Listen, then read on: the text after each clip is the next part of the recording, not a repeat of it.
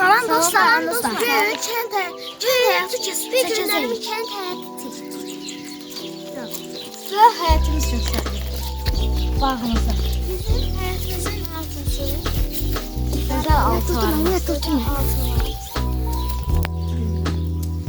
Götürmə sən.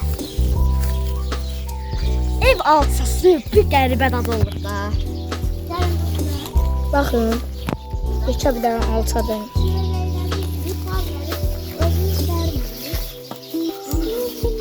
Bebeklerdir.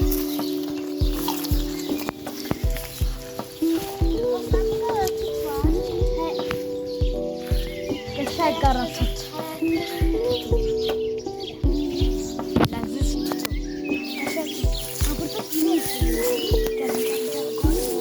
Bir işim var. Gelme.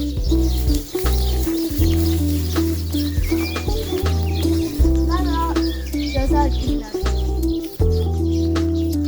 Dostlarım, bu anda bizim arabası. Hala bar değil. Azar geçer bar vereceğim. Millət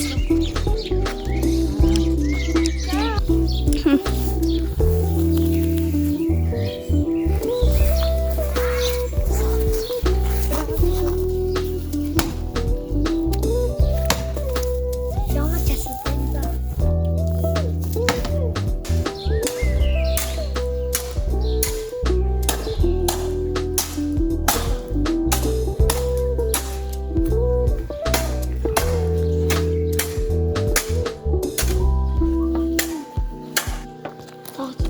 Ve de güzel dağımız.